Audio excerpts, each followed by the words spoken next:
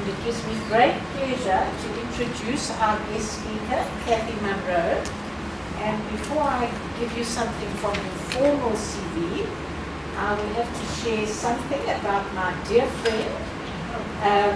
And that is the first thing I want to tell you, is that you can ask Kathy questions about anything.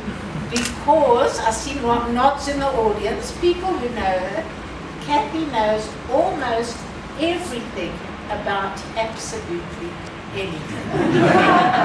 So she is an expert historian. She is an economist. She has an in-depth knowledge of antique jewelry. Her knowledge of art is indeed very impressive. So her range of expertise really can leave the average person just amazed. Now, part of the source of all this knowledge is Kathy's library in her home. She has a library of about 60,000 books. Maybe a few more, but an awful lot of books. And she is, with her curiosity and search for knowledge, she is always expanding her fields of interest. So, on the formal side, I will tell you what Kathy is. Okay, don't read it much. But she is an honorary associate professor at the School of Architecture and Planning. Yes. Yes. Stand in the front here so we've got to hear so people can. Okay. All right. Can you hear me at the back? Okay, all right. Okay, she's been at WITS for over 40 years, now retired. She started the WITS Center for Part-Time Studies in 1999 and the Child Care Center at WITS, and she also started the reading program for blind students. And she served in the office of the Dean of the Faculty of Commerce and Law and Management between 2006 and 2011 when she retired. Now, Kathy is currently the Vice Chair of the Johannesburg Heritage Foundation, and her current interests extend to heritage research and writing, architectural history, and working on the history of its buildings. So she writes and researches a great deal, and much of her work is published on the Johannesburg Heritage Portal. And she conducts heritage tours of Johannesburg and is also a voluntary guide at the Wits Park Museum. And during the last 3 years, this is now one of Kathy's more obscure interests, but they are always popping up, and that is she's interested in the architecture of war memorials and cemeteries in France and South Africa. I remember Kathy going on a tour in France and coming back with fascinating stories of cemeteries and what had happened in the world wars. So, as I say, always a surprise and always a new interest. Kathy has also published her work in Architecture South Africa, which is the leading journal of the architecture profession. Now, in 1918, Kathy's work in heritage was recognized by the Heritage Association of South Africa at their annual conference, where she was presented with a certificate. Now, that's a very brief summary of her most impressive career. But for me, one of the most wonderful things about Kathy is her willingness to share her knowledge, her warmth and generosity in reaching out to people and being a resource, certainly, of South Africa's historical properties. So, Kathy, thank you so much.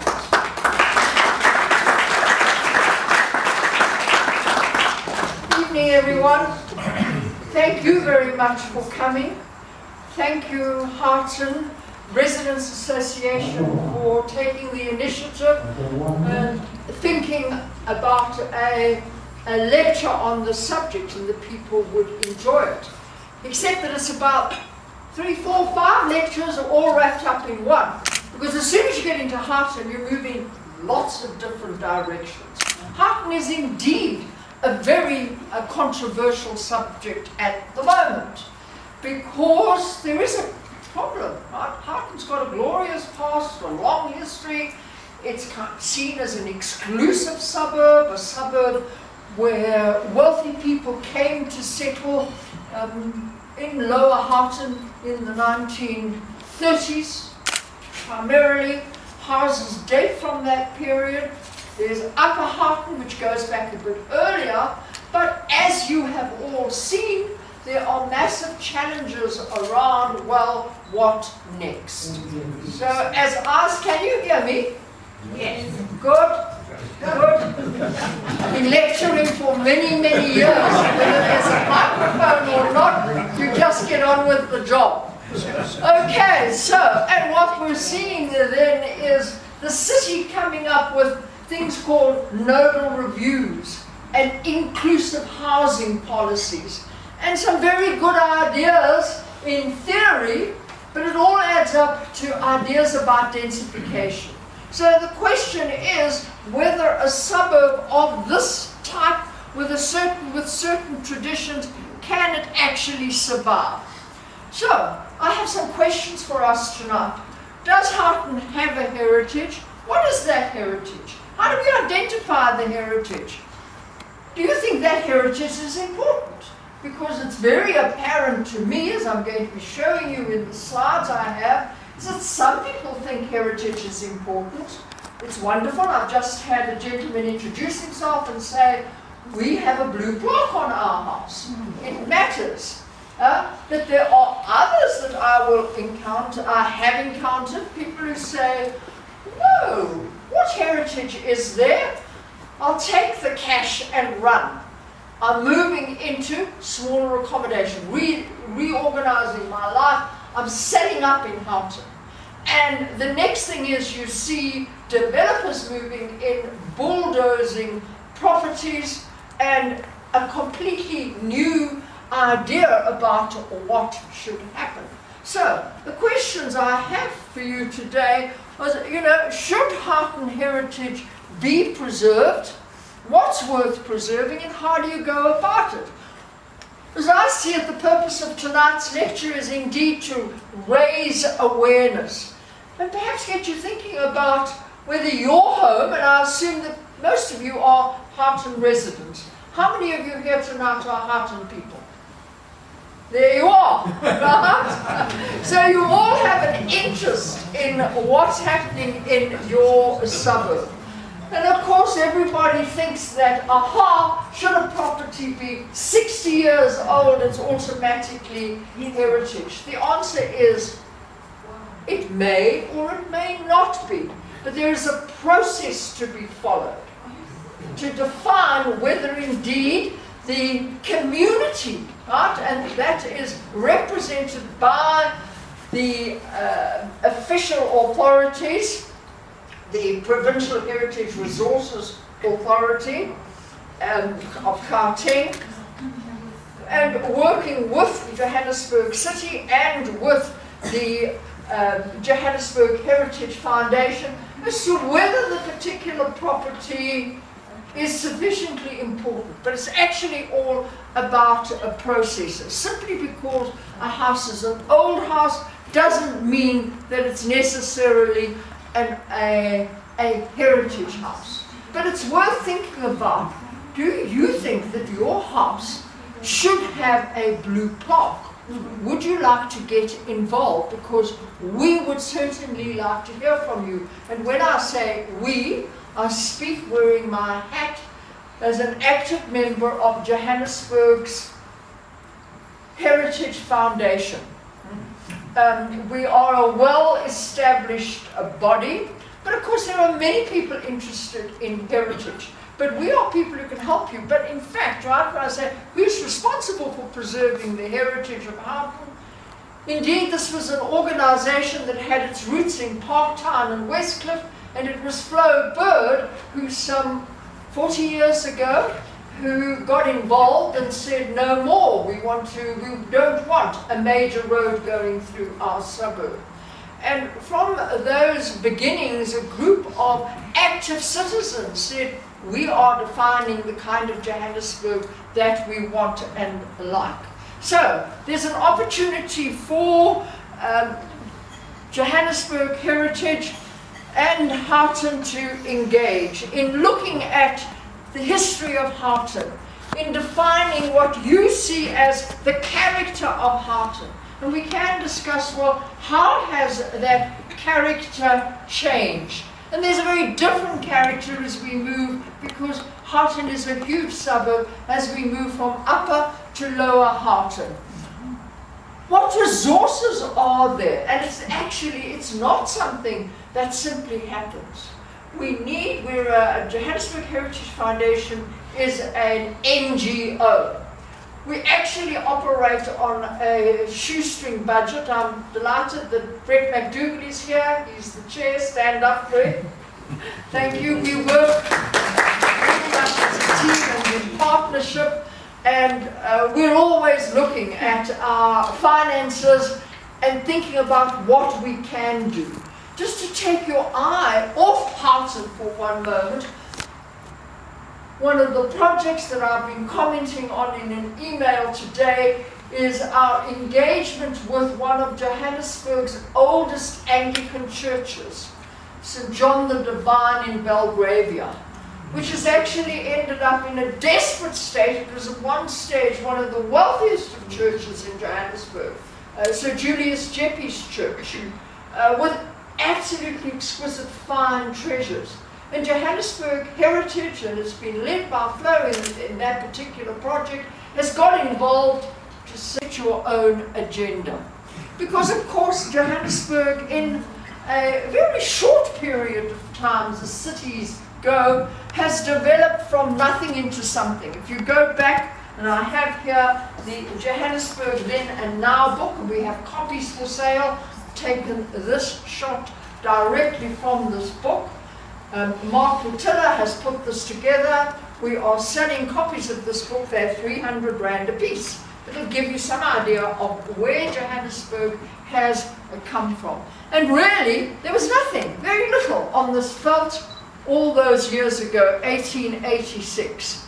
And it was a matter of starting off with very limited building materials. Everything had to be imported. Iron had to come along. Whatever was used in building materials had to start off with being manufactured elsewhere and brought to the Witwatersrand. And yes, of course, the brick industry quickly emerged. Now, one of the earliest of buildings, do anybody know what that is? The telephone tower. Huh? One of the first things was a telephone. And, thank you. Johannesburg actually got a telephone and telephones, telephone tower and telephone exchange a long time before it sorted out its pure water or sewerage. Doesn't that sound Joburg? Now, I'm concentrating tonight, of course, on Houghton. And I thank Liz Delmont for this map, which appeared in the survey for Houghton, Upper Houghton, in 2007. This was put together by the late Rocco Bosman. And this is one of the very earliest of maps of the area. You're looking at something like 1888, when Houghton was Klipfontein. And the fascinating thing, of course, is to pick up when did it become Houghton and why. And there you have a map for 1890, and this was Bert Andrews, who was a most remarkable man in Joburg's history. And he this was all about the water supply, of course, of Joburg. In 1890, Klipfontein was there, but there was no Houghton. Now, I'm very interested in how come Houghton came to be called Houghton. You take a look at this 1890, this is 1897 map. This is this is the Melville map, quite commonly seen. It's been reproduced a number of times. Houghton emerges. When Houghton emerged, its history came about. It's rooted, of course, in a mining past. A group of people got together, a group of men from Maritzburg, and they were called the Houghton Syndicate, and they hoped to find gold. And so it was initially a gold mining venture. Now I am still wanting to know, why is Houghton called Houghton? I can get as far back as saying, yes, it was the Houghton Syndicate and then the Houghton Gold Mining and Estate Company, but why did they choose the name Houghton? Now it could have been that Houghton had its origins and its name in the links into the Rosebery government, that there was Lord Crewe, family name was Houghton. Right? That's one possibility. But I haven't found the direct link as yet. I think I would need to search the Maritzburg information. Certainly in brief, gold mining did not succeed. They tried to dig some shafts close to where Killarney Shopping Centre is today, was where, of course, the old film studio was, and they were not lucky in finding. Then there were thoughts about creating a plantation. There was a man by the name of Barrett who developed a plantation. So that was the alternative. And there you can see there are parallels with Saxon World. But the big breakthrough came then when the Johannesburg Consolidated Investment Company purchased the land. Now I've picked up that there's actually an error in the standard histories. Figures of 8,000 odd pounds happens to be quoted, but also 17,000 rand, which is where they kind of link to the 8, I suppose, just doubling it up. But in fact, I think it was much more likely to have been the total purchase price was 17,000 pounds, just somewhat over. And you find that then there's information in the minute book of 1897. Unfortunately, all of the archives now happen to be sitting in containers outside Rustenburg Way, platinum mining. Why? Because of Brett Kebbel, the Brett Kebbel story, and how JCI ended up. So although this was accessible maybe 12, 13 years ago, this material is no longer accessible. But certainly JCI bought into it. Bonnie Bonato himself was involved in the purchase of Houghton, and this was just a very short time before his death in 1897, when he met with a sad watery end on board ship and to England.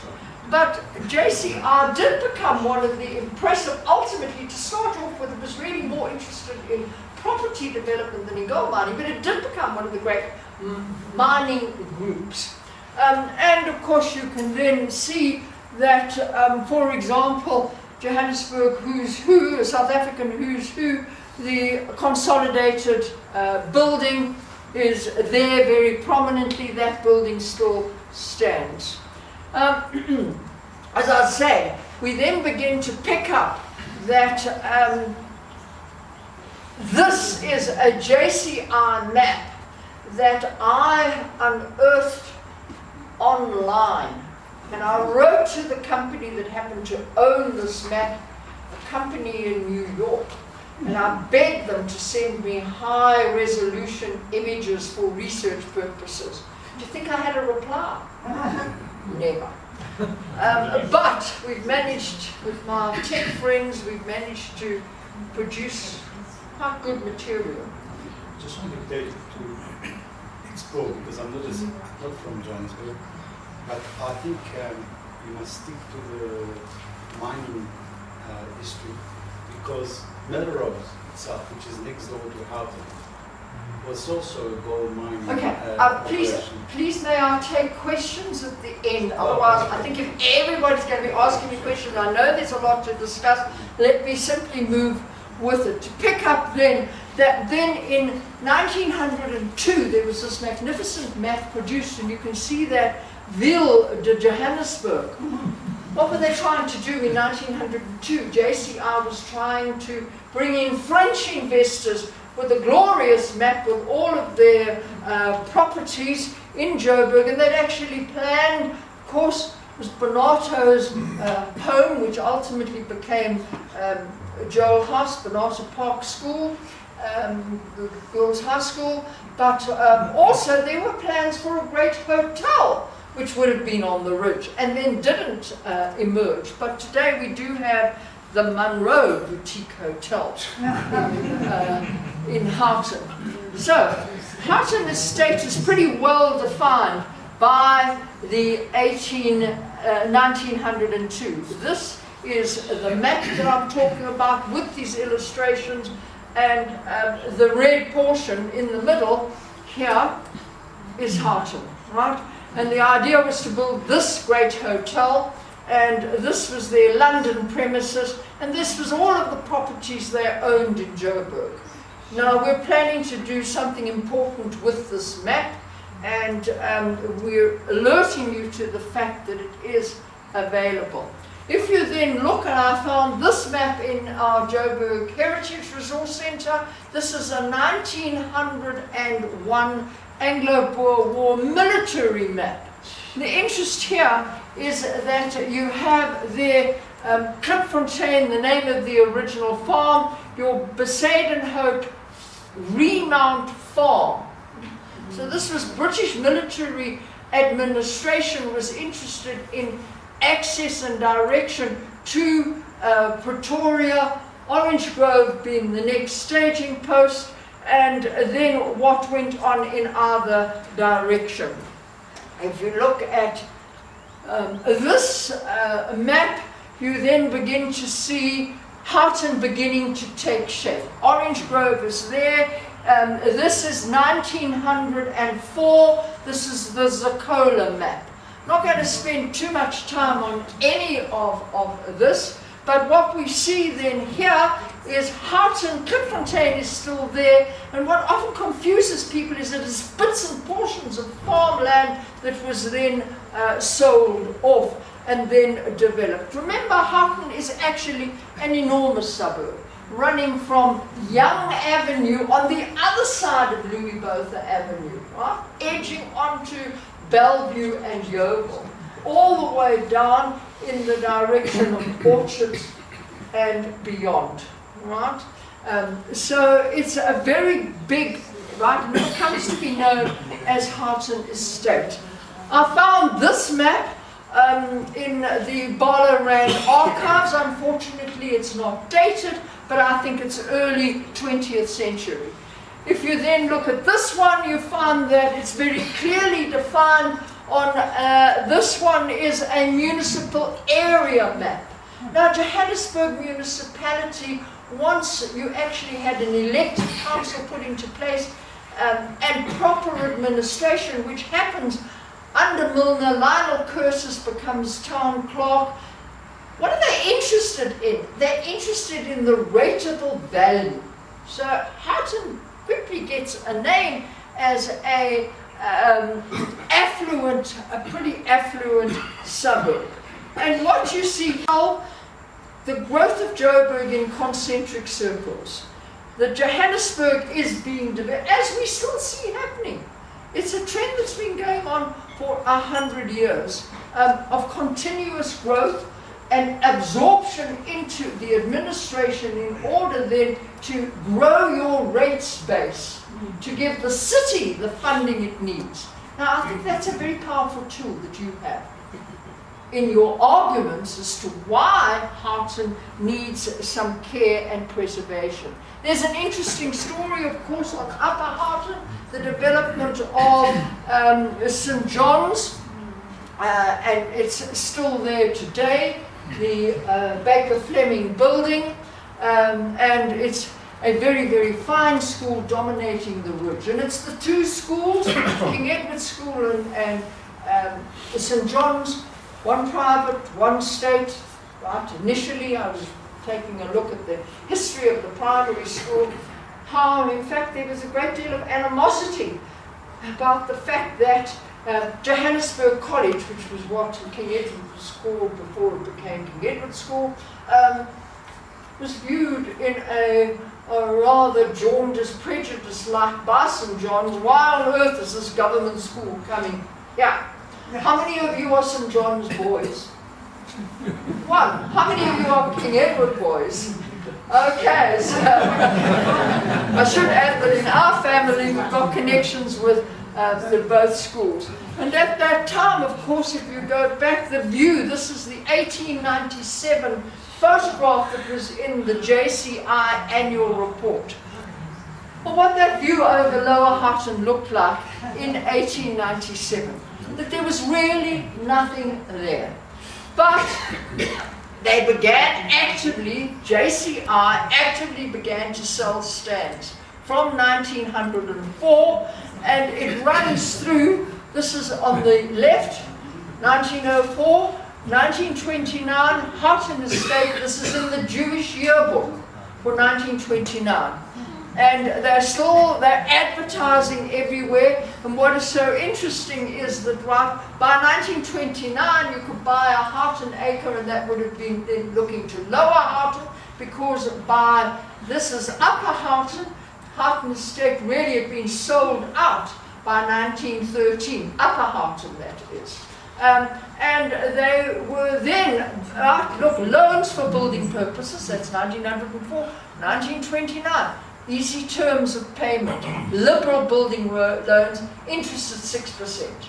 And now the Transvaal Consolidated Estates Company, Braamfontein Company, did much the same sort of thing in the development of the 7 suburbs to the north. And you then have these views, and what can you pick up? This is a view from the school, that's St. John's, in 1910. Then Boomtown 1914, that's looking in the other direction on the ridge. Right? It's not Lower Houghton, it's Upper Houghton. But what you perceive between 1910 and 1914, the strong, interesting trees. Right?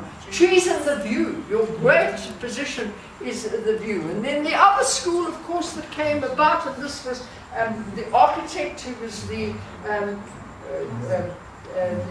public works architect by the name of Cleland. This was his school, right? Or at least he was the architect, King Edward High School. And today you still get the sense of history. Photograph I took last week, a couple of weeks ago, of a Gordon house, the residential house. Well, who's the Gordon? Donny Gordon. This is then the great bequest and strong support, because King Edward School was Donny Gordon's school. And of course you move along, you capture a sense of what Upper Houghton is all about, just in driving along or walking along, which I really enjoy doing, St. Patrick's Road. And you pick up the character. The character of Houghton is in those natural stones. And you can then pick up, right, this is just 4 images extracted from the web. You want to buy yourself a house in Upper Houghton? Yes, you can do it today. You can buy a heritage house. And the success of Upper Houghton has really been in marketing themselves and getting to grips. And I congratulate Upper Houghton in their efforts. To me, of course, I would like to see Upper Houghton and Lower Houghton working together. But Upper Houghton then did put together a heritage survey. This was in 2007. Right? The late Rocco Bosman put it together. Andre Marais is very involved in Upper Houghton's heritage and has much to say about it. This was an important survey. I know it has been criticized because Brian McKechnie said to me, oh, Kathy, he didn't think anything of houses built after 1945. But the value of this report is indeed the efforts made to document what exists in Upper Houghton and to give it, and because you're talking about it, documenting it, drawing maps, spelling out precisely what you have with illustrations of houses, right? Okay, I might disagree with the classification. Doesn't matter. It's here. It's on paper. It's a very important report. It is available on the web, very readily so. But you walk along Upper Houghton. I love this one, of finding at the end of St. Patrick's Road, looking down towards the waterfall, private road, can't go any further. So here's a tension between public and private space. Or you take a look at the, this is the Munro Exclusive Boutique Hotel, which have made something of a house and its heritage. This here in Upper Houghton is Andre Maria's home. He has done a remarkable job in documenting. Now, I've shown you the one report, but here, for example, is another report on which he writes, all is not what it seems. He writes the history of his home as the deanery of the Anglican Church over time, and how it was then altered, and he has restored it magnificently, and it is Cookfontein with a blue cross. Pass this around, and what Andre did, and this is a large size, he's documented it all to explain the history of his house. Now, anybody who lives in Houghton, who lives in an old house, can do this. And certainly, me, help you. Okay, to actually find out as much as you possibly can.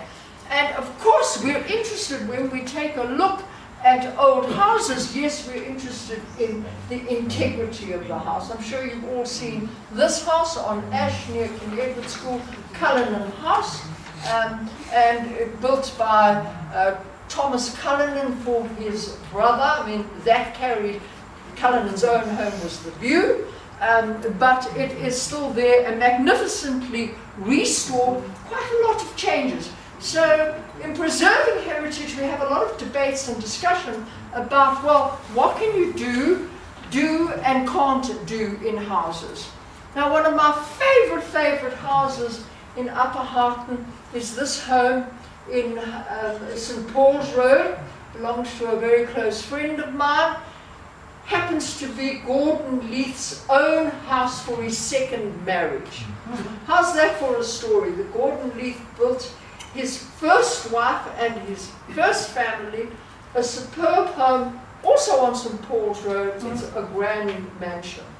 This is at the end of the road, and it's the most stunning, hidden away place under the ridge, and all in stone. And certainly it's a superb home. Now, I've mentioned then this Upper Houghton, and what was the purpose of the survey was to get Upper Houghton declared as a heritage precinct, an educational and a heritage precinct, which they then succeeded in doing. And this was done now, I mean, more than, 2000, the report is 2007, so what was it about 2009. And very, very successfully so. This is the sort of thing of actually then documenting the styles of houses and putting in the detail of, what is where, how do you relate Houghton. And I can tell you that now more than ever, you need to take responsibility as a collective force, to know your boundaries, to know your neighbors, to define what you have, and to give it a sense of importance and significance that it certainly, Houghton Homes so often deserves. Here, for example, is a home in Rose Road. I explored this end of last year. with my good friend Gail Wilson, who's an excellent photographer, and this is Chrisisana, and it astounds me that this is a home, I think it's Brett, am I right, number 7. It's number 7 Rose Road. It's empty. This magnificent home is empty, but there is a security guard in place. And what Gail and I did, we made friends with the security guard. Within 10 minutes, they were so bored out of their minds that they loved having 2 ladies come along and say, what's that and what's that? And these guards were absolutely delightful in giving us a personalized tour and enabling us to take photographs. So, and of course you find the sort of detail of mosaics and this incredible, extraordinary, and of course this house is, I think this is actually 1930s, right? It's an unusual home. But this is what you will find, one can't always at work. This one comes from a 1936, and by this stage you're looking at the development of Kalani Riviera area as well as Houghton. The access point then is still the same as it is today, but it was a massive and amazing, extraordinary engineering feat to create Munro Drive. It didn't always stay up, but the idea was that it would take traffic. And I find that, for me, it always gives me a thrill to drive up Munro Drive. You don't want to be behind me because I creep along, just because I'm enjoying the drive. And looking, every time I drive up Munro Drive, I'll spot something different about the ridge. And of course, the Munro Drive came from the name John Munro, who was a director of JCI, and he was a chairman of Johannesburg, the Chamber of Mines. And just here out, you can get shots of all sorts of shots of Munro Drive before and after. Then, of course, at one stage it did actually fall down, and they had to rebuild it. And you know, I have a friend who tells me, but you know, take a look at the quality of work on Stewart Drive or on Sylvia Pass. Munro Drive wasn't as good. But that's that you can then, this is, of course, it still is an iconic viewing site and place. I took that shot last week. I think this wall is incredible, this retaining wall. And there's the bottom end of the drive. And just marvel at the beauty of the stonework and the quality of the craftsmanship in the walls of Houghton. I think you see it all over the show. And of course, once Munro Drive was in, you're then having efforts to market. Right? And again, it's JCI marketing. What are they marketing in? The motorist. Now, what does that make an assumption about? The people who come to live in Houghton have cars. And so, there's a sequence of adverts that are found in our archives. Marketing, best situated, most picturesque suburb in Joburg. It has electric lighting. You can buy from £300 per acre. And remember, that's a Houghton acre, slightly less than the standard acre. And here, I like this one. This is a 1929 plan for motorists. The Holmdon street map of Joburg and the suburbs. Houghton would have figured, and there I love this of the automobile that you need. So if you live in Houghton, you need a car. Right? Although they advertise the fact that it is only 3 miles from the centre of the city. So it's an opportunity then to see Houghton before you buy. It's the place to come. They're still providing their loans at 6%. And it was an opportunity to then develop Houghton. The golden annual of South Africa, 1935 to 36. Now they're selling the stands at £450 an acre. This is Lower Houghton. supposed to have a good bus service. They keep on trying to sell the stands, and they don't always succeed. A couple of nice points here. You can still see the Joburg image and presence, the old Joburg coat of arms, the view site on Munro Drive. Now, if you're then going to start looking at the history of Houghton, which is part of any task, you must then take a look at the valuation rolls. And what our resource centre has, we have put together the valuation rolls of, in fact, all suburbs, and we then can provide photocopies of the information as to what different stands were valued at different dates, 1910 or 19, there you are, the figures. I think this was a 1920s figure. There's another one, this comes in a bit later, 1946. So we track the valuation rolls. Here we are, got a pile of them here. This is the valuation rolls run 1904, 10, 13, 19, 22, 25, 28, 31. Right? The city, why does city do valuation rolls? We've just had a valuation roll. Compiled, interested in the income that can be brought in. What's the value of the particular property? So the usefulness of your valuation roll is that it works on a stand basis, and it will tell you who the owner was at a particular date. Very often, these newly affluent Johannesburg people of the second generation who bought into Houghton bought more than one stand at a time. So we could get quite big properties in Houghton. Now, I'm not going to run through, I've actually given you all this, of the access to the history of Houghton. I think that when one talks about the history of Houghton, one should also note Houghton's impressive political record, and it's amazing how quickly it's been forgotten. Johannesburg Heritage under Flo wanted to see Houghton Drive named Helen Suzman Drive, because she was the sole representative of the Progressive Party for, Claire, 13 years?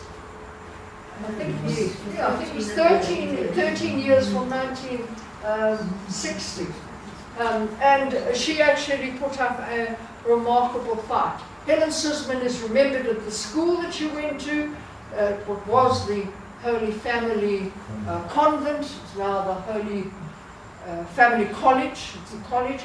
And she's also remembered in a blue plaque in Eaton Road, which was where her family home stood, her father's home. But in fact, she hasn't always been remembered in the way that she should have been. The fact is that Nelson Mandela made his home in Houghton. I think, Di, you and I were amongst the first people to go exploring. Where did this man Mandela live? And of course, it's kind of, this is a suburb with huge history around its schools and around its golf courses. But it is also a suburb which has been much fragmented by the motorways. I like this Holden's map because, right, where's the motorway? It runs up this way, but this is pre-motorway map. Right? Then you look at this one, the cadastral map here, and that motorway cuts Houghton. Right? So you've got challenges here as to character then ends up being something else. We're here at the Killarney Golf Club, but right between here and Oxford Road, very different character, and you can see a commercial creep, I think, much more prominently. Of course, then you do have the Houghton Golf Course, with the golf course being nibbled away, as we talk about, on the edges. You know, it's actually was, and then you've got the private Old Ed Sports Club, Virgin Active, and you can then pick out all these lines. This is a working map.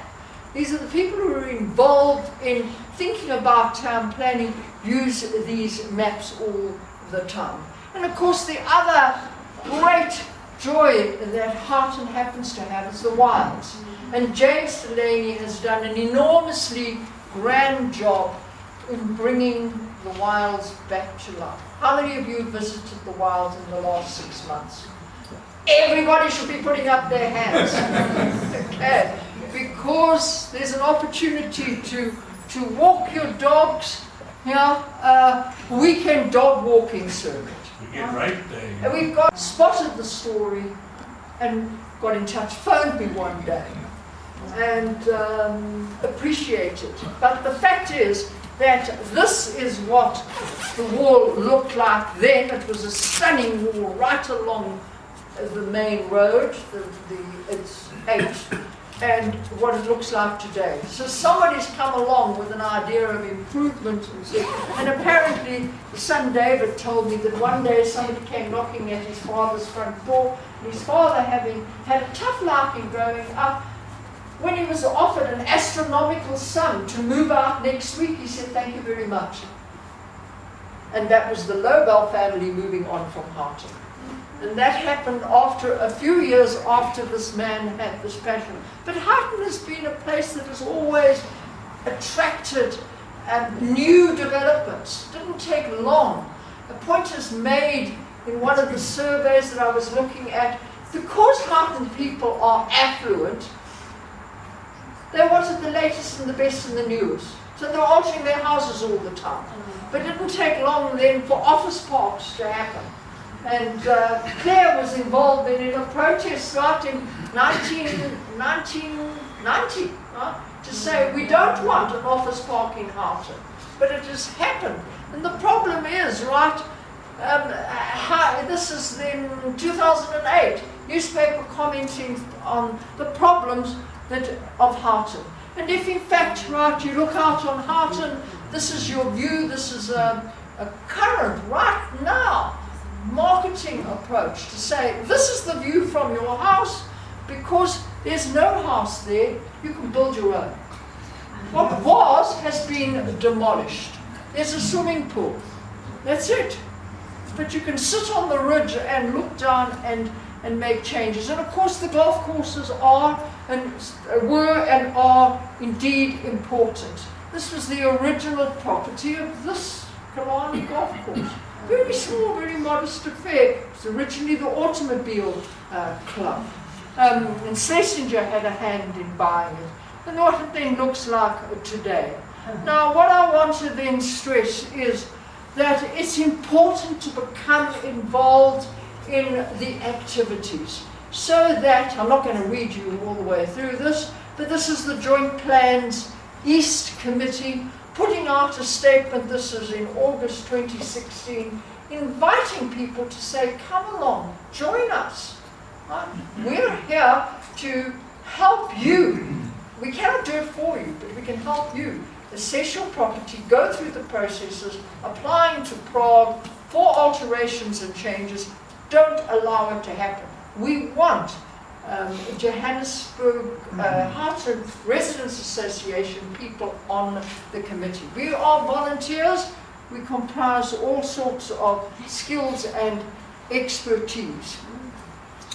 And then you have a couple of new policies, like your development programs for 2040, and also then the SDF 2040, and then there's a nodal, a draft nodal review that is out and up for comment. You can find this online. I contacted Dylan Wheatley, who was responsible for putting this together. I said, well, where does all this stand in relation to heritage? No, nothing's going to change. Heritage is sacrosanct, it's protected. Well, we hope so. And then because you've got then a draft inclusionary housing incentives, the idea of inclusionary housing meaning that you want to densify and create new housing for poor and wealthy people across Johannesburg living together. And they're now putting down rules and regulations. It's a draft policy, but it's there. And then, of course, we do see Houghton changing with the presence of the mosques on 2nd Avenue and then on West Street. And I think that there has been. I think that people sort of think Houghton is stuck in the past. It's not. There's been an enormous change and a very positive change of new residents coming into the suburb. The effect then of the golf course developments, and you see it then in the retention of prices. Prices, so this is a cutting from 2017. What's for sale in the Houghton neighborhood? Because you then see the Houghton golf course, which caused enormous objections at the time, then snipping off the edges. We have another group that is active, and I really do advise you to get involved, the Johannesburg Urban Forest Alliance. And of course, what do you do with golf courses? And of course, this, this question of the future of golf courses. Around the world, fewer people are playing golf. Golfers, golf courses, golf clubs have to think of new ways of surviving. Well, one way of doing it was to then snip off land, sell it to developers, put in a beautiful golf course. And indeed, my grandson said to me the other day, as I had him as my photographer, "Gran, what's a signature golf course?" I said, I think it means that a professional golfer has designed it. But that you have this magnificence there. But Houghton Golf Club and Golf Course is very inward looking, and the construction of properties on the outside has done more for it. But you're seeing changes all the time, right? House with development potential. What does that mean, development potential? It actually means demolition. And it's selling, and of course it's this problem, this question of where does Houghton stand, upper and then of course lower, in relation to the corridors of freedom. This was end of last year. Or, this was just a drive 4 days ago, seeing this sort of demolition going on and continuing. Or, I decided that the people who were building here really didn't know what they're doing. I don't know what kind of house they want or where they're going. Or if you drive along Houghton Drive, you can take a room to let on Houghton Drive. This is inclusive housing, inclusionary housing. But you then do see, and of course a completely different style of architecture, the architecture of the 30s. Why there is such a sharp contrast. And what is it going up? It's cluster housing. It's multi-complex dwellings. People wanting a completely different lifestyle. And yes, then the apartment block, the Houghton on 2nd Avenue. Or you can choose the Pebblebrook Estate on Houghton Drive. Or you can still encounter grand gates in Houghton. I love the gates and love the walls and hate it that you can't see behind them.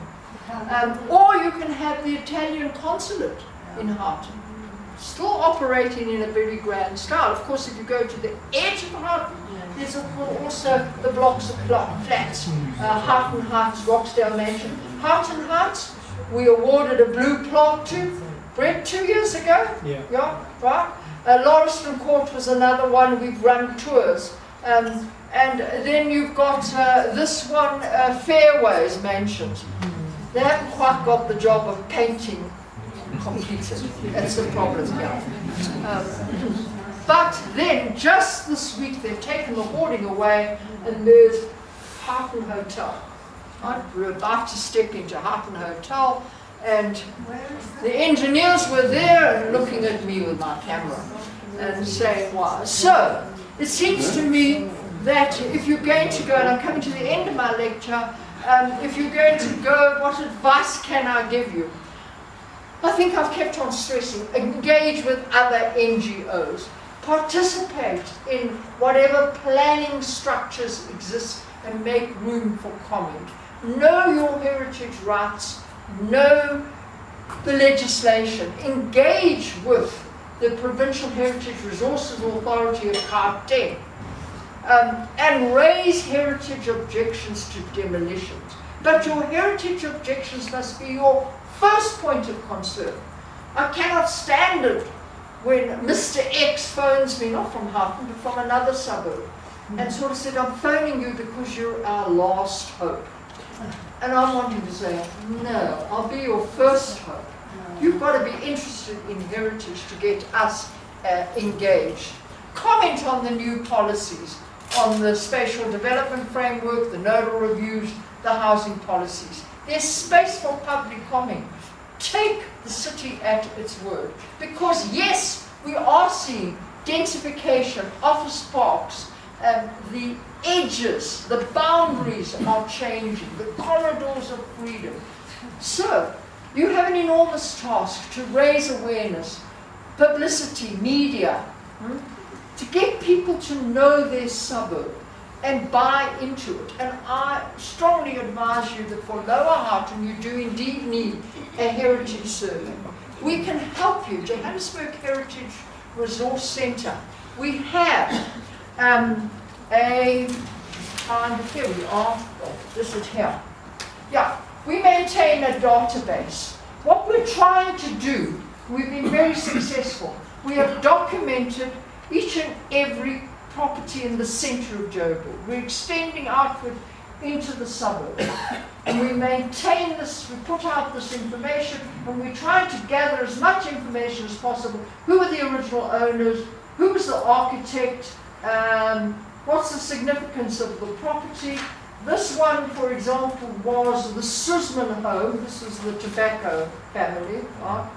And then actually attach, and this is really dedication of volunteer researchers, attach all the possible information. We have a folder for every single property. And it's there and open, and we have it open. Our resource centre is open to people who belong to our association. We'll do research for others. We charge a fee. So, walk the talk. One of the things that Johannesburg Heritage has got involved in is the Josie Walks program of the JDA. It's coming up in May. Brett's pulled together a stunning program on a cemetery tour. We love it. Sounds very lively. But I promise you it is, because one of the things we've done, we've formulated a group, this is under Sarah Wallam, because cemeteries are an expression of heritage, but there are other ways. So I would advise you to retain an independent voice for Houghton and be aware of the many layers and approaches that is then possible. You need a vision for Houghton, a vision that is broad enough to encompass what there is and the changes that are taking place. Come up with some definitions of what you want. Do you think your residential identity is important? And in which case, why? What do you want, even where old houses are demolished? What kind of new houses do you want to see put up in their place? So be aware, yes, of course. I think that it's a wrong impression to say that Joburg heritage is something that looks only to the past. We look to the future. And part of that is then protecting the green spaces of the suburb.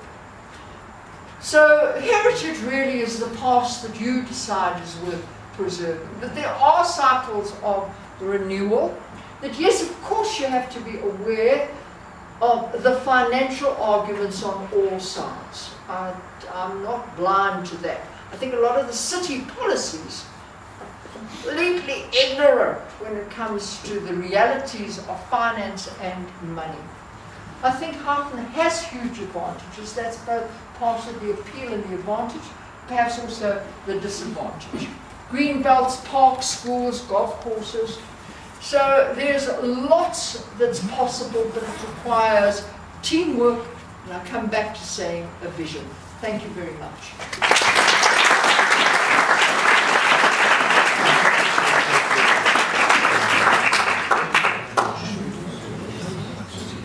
Some lights on.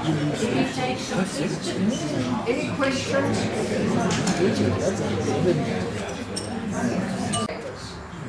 Which modifications. Yeah, sorry, just to, David? in the latest land use scheme, there is a section on heritage, which never was there before, in the old schemes. And as Kathy says, fight for it. It's so important. There is now provision that all developments have to be cognizant of heritage, so that's quite nice to have it in there. Sorry to butt. Yes. My first comment, you were inquiring about the origin of the Sorry, speak up, stand up, Yes, let's fucking hear you. What's your name? My name is Kathy. Kathy, okay. Kathy, you were inquiring about the origin of the name Houghton. Yes. And I think you must stick to the mining origin, because if you look at Melrose was called Fontaine, next to Fontaine, which is Houghton, and it was also another mining Yes. shaft, and it was a guy called Yes, but I want to know why they called it the Houghton Syndicate, was called the Houghton Syndicate by the original mine people. It goes beyond, I know why it was called Houghton, but why? Okay, so just keep asking why. I'll check. Next question. Then my second question is, unfortunately for you, and I'm a historian myself as well, unfortunately for you, in order to preserve history, there must be a social and political will to conserve your history. And Okay, a social and political will if you wish to preserve heritage. and unfortunately, because of our sins here, there is obviously a tendency, whether it's guilt or anything else, to try to efface, to sort of eradicate the past. And I come from France, and we had 2.5 revolutions in 200 years, and nobody tried really to efface the ancient regime or Napoleonic era or the Second Republic. Everybody tried to move on, and unfortunately, and this is where your presentation linked to your love of symmetries, we are going unfortunately backwards, because we've got one foot in the previous history that we try to erase and one foot in the future that we try to create. The comment here is that the past is being erased because of its political context, right? Political context. So comment there? Yes, about 6 months ago we had a talk from a town councillor in the very room who discussed the nodal review. Yes. And he said that Houghton Estate had no architectural significance. Yes. So, how do we... Oh, okay. I like that question. What is the architectural significance of Houghton? Well, I've discovered an excellent starting point for you. What we had here that was started in 1991, this was a project of the National Monuments Council. 91, they documented, not all of it is accurate, but it was a start, Lower Houghton, not Upper Houghton, because much stronger there, that they tried to say Lower Houghton, list the stands, the address, the building type that was on it in 1991, the date of construction, and who was the architect. So you got a very good database documentation here. They had students then go through all the houses, because you've got, for example, the Stern House. Right? There's a lot of, but of course it's been so much change. There are very few houses that haven't been changed, but you have many well-known architects in Houghton. Now this is gold, because this was work that was done, yes, of course, it's 1991, so nearly 30 years ago, but time for an update if you're going to preserve what you have. So the answer is documented research, so that you're able to shout with certainty. What is that document called, or where did we get it? Well, this was Johannesburg Heritage. It belonged to Joburg Heritage. Join us, and then it becomes accessible. Question? Yes, Professor. My name is Michelle Butler, Hi. and I'm the owner of number 54 St. John Road. Yes. The only one standing that horrible developments that JPC wanted to do. And I think they haven't stopped. I think you're going to have to sit down and brief me before I can get down to So this. you're aware of the fortune, lasted for 5 years, 10 years. JPC, let me quickly say, JPC bought number 54C, number 52, number 50, number 48. I'll talk to you, we'll look at that. I'm very willing to Kathy, if I could answer that question. Remember, Brett, So that's come up with the Joint Plans Committee East. Andre Marais from Upper Houghton has been representing that very strongly. And in fact, what Upper Houghton has achieved is nothing short of miraculous. So the city wanted to impose densities that were appropriate to the corridors of freedom, to the properties that they had bought over there. And effectively, the Upper Houghton Residents Association, using the heritage documents that they had put together over a period of time, motivated for much lower densities, motivated for the retention of heritage houses over there. So I mean, I think it's either 50 or 52, which is the James and Ethel Gray house. So those properties will be retained and their context will be retained. It's not to say that development won't happen, because heritage is not retaining things just as they are. It's the shape and the form of developments that could happen that maintain what's important. So I think Upper Houghton has done a fantastic job. Thank you for that. But on the 5 houses, there's only 2 heritage houses. One, number 54, which is 109 years old, and number 50, which is probably about 105 years old. So if there was a development, and there will be a development, only those 2 houses should be retained, and the other then be integrated, but not as per the JPC project, which is a high bulk, high density, which they call the Freedom Corridor, the regeneration of the Louis Gotha, where they're putting William Fire, and they're doing a very good job. And literally what they were going to do, they were going to take blocks from Brea, and build them on that side. Okay, I think you're raising some very valid concerns. I'm afraid I've been asked to wrap up. I'll happily take questions afterwards, but Natalie wants to say something. Kathy, thank you. Really, I'm overwhelmed with what we still have to do. So no one's leaving who's interested that can help us with building up this database from 91. But thank you so much for sharing your knowledge and to dive really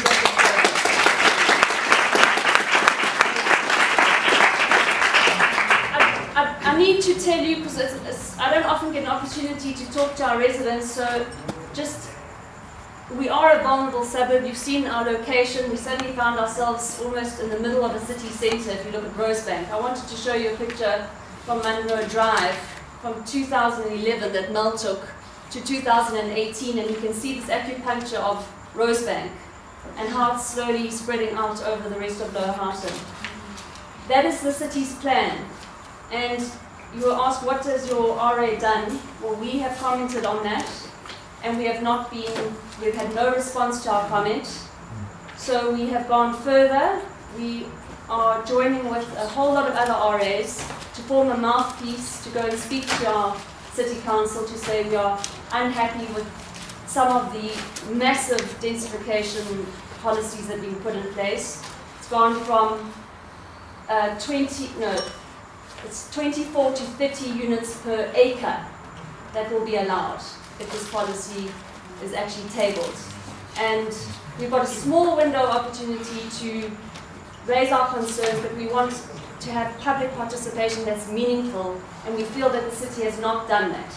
So we're working very hard to support this Johannesburg United for a Sustainable Tomorrow. I think that's what it was called.